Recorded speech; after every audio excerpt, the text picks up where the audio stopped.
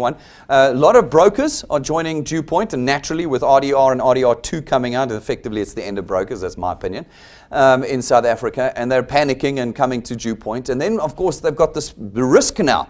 No, but there's a conflict of interest. Okay, my contract says I can't work for another financial services company. Okay, great.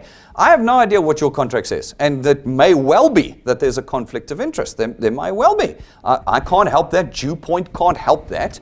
But that individual, there's a couple of things to think about here. That individual has to ask themselves the question. If they're panicking because their brokerage is dying, or their income is dying, or this whole broker model is dying in South Africa, then isn't it time to jump ships? Just asking. Are you willing to take the risk? Or do you want to continue on the sinking ship until it hits the bottom and you're drowning? Okay, that's a question you've got to ask yourself as the broker. Alternatively, you need to say to yourself, well, DewPoint isn't actually a conflict of interest, which we believe it isn't. Why? Because you're lead generators for us. You're not reps, you're not agents, you're not brokers, you're not intermediaries, you're not performing any financial service. All you're doing is connecting people via our technology. That is not a conflict of interest in any one of the contracts that I've seen. But again, I don't know what your contract says.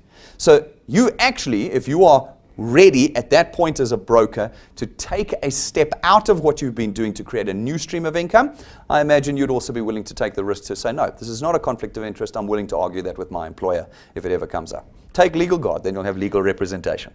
Okay, so this is, these are questions you've got to answer. But people call me and say, no, Brendan, you must give me the solution to the conflict of interest. How? Do you want me to go to Momentum or to Liberty or to them and renegotiate all their broker contracts? That's never going to happen. You can't come to DewPoint and say, when are you going to fix this conflict of interest?